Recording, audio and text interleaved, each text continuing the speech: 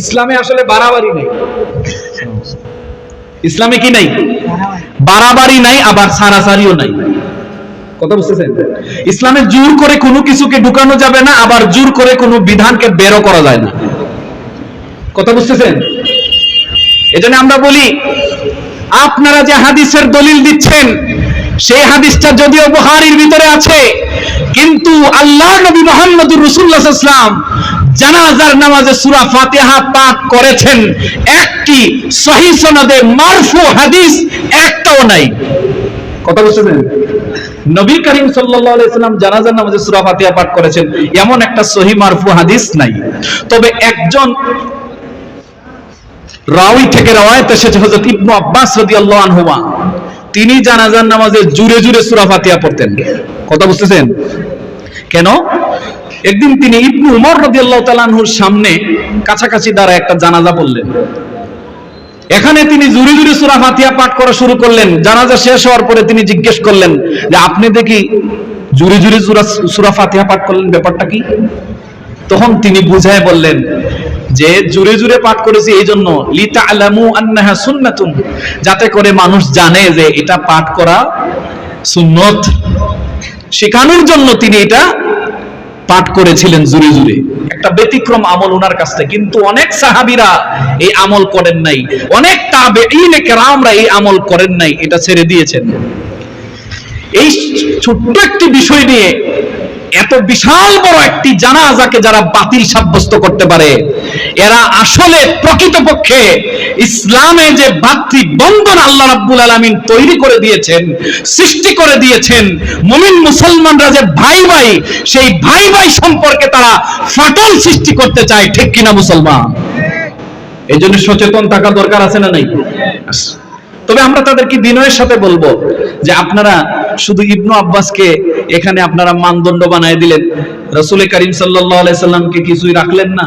অথচ তারা কথায় কথায় বলে রাসূলুল্লাহ থেকে আছে কিনা, রাসূলুল্লাহ সাল্লাল্লাহু আলাইহি সাল্লাম করেছেন কিনা, রাসূলের তরিকা অনুযায়ী হচ্ছে কিনা। কথা বুঝতেছেন? এজন্য আমরা বাড়াবাড়িতেও নাই, আমরা সারাসারিতেও নাই। কেউ যদি পড়ে ফেলে তাহলে তার নামাজ হবে, বাতিল হবে না। কেউ যদি না পড়ে তারও নামাজ হবে। আপনি অবাক হবেন যে জানাজার নামাজে কেউ যদি বারবার রফে আদায়ন করে, হাত তুলে বারবার প্রতি তাকবীরে তাকবীরে, তাও আইম্মায়ে কেরাম বলছেন তার নামাজও হবে। তারে কটু কথা বলার দরকার নাই। কথা বুঝতেছেন? প্রিয় হাজিরিন, আমার সময় শেষ হয়ে গেছে। শ্রদ্ধাভাজন হযরত মাওলানা মুফতি আবুল ফজল হবিগঞ্জি হুজুর চলে আসছেন।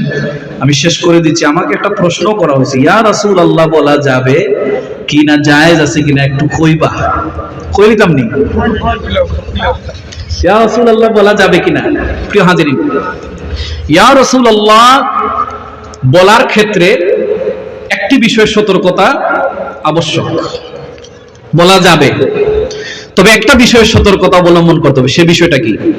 ইয়া রাসূলুল্লাহ যদি কেউ বলে, তখন সে যদি মনে মনে ধারণা করে যে এখানে আল্লাহ রাসূল সাল্লাল্লাহু আলাইহি সাল্লাম অবশ্যই হাজির হয়ে গেছেন, কথা বুঝতেছেন, তাহলে এই আকীদা বিশ্বাস রেখে ইয়া রাসূলুল্লাহ বলা জায়েজ নাই।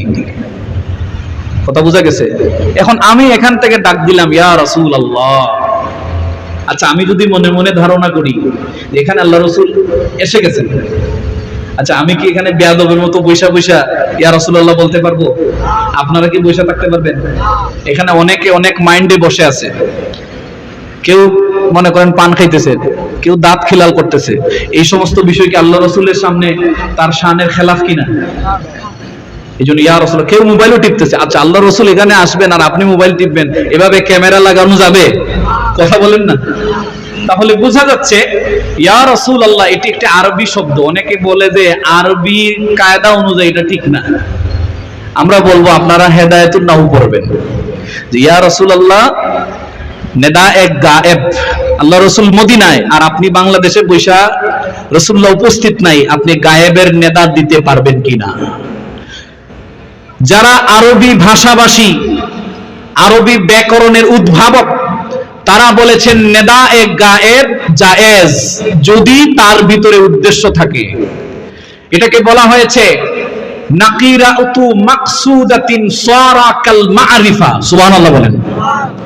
আমরা যখন ইয়া নবী অথবা ইয়া রাসূলুল্লাহ বলি তখন আমাদের নিয়ত পরিষ্কার থাকে।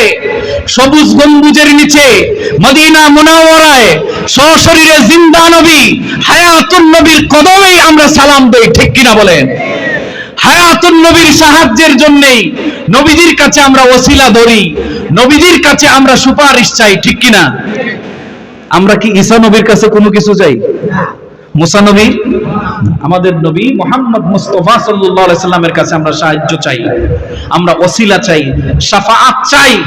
এজন্য এই বাক্যটি সম্পূর্ণরূপে সহিহ এবং এটা পাঠ করা যাবে, এতে কোনো অসুবিধা নাই। এটা যারা বাইর করতে জানেননি, অল্প বিদ্যা ভয়ঙ্কর একটা কথা আছে না, মানে খায় কম আর চিল্লায় বেশি, কথা বুঝতেছেন? সম্মানিত হাজিরিন, আল্লাহ আমাদেরকে বুঝার এবং আমল করার তৌফিক দান করুন, সবাই পড়ুন আমিন। আমি তো বেশ কিছু কথাও বলতে পারলাম না, সময় চলে গেছে।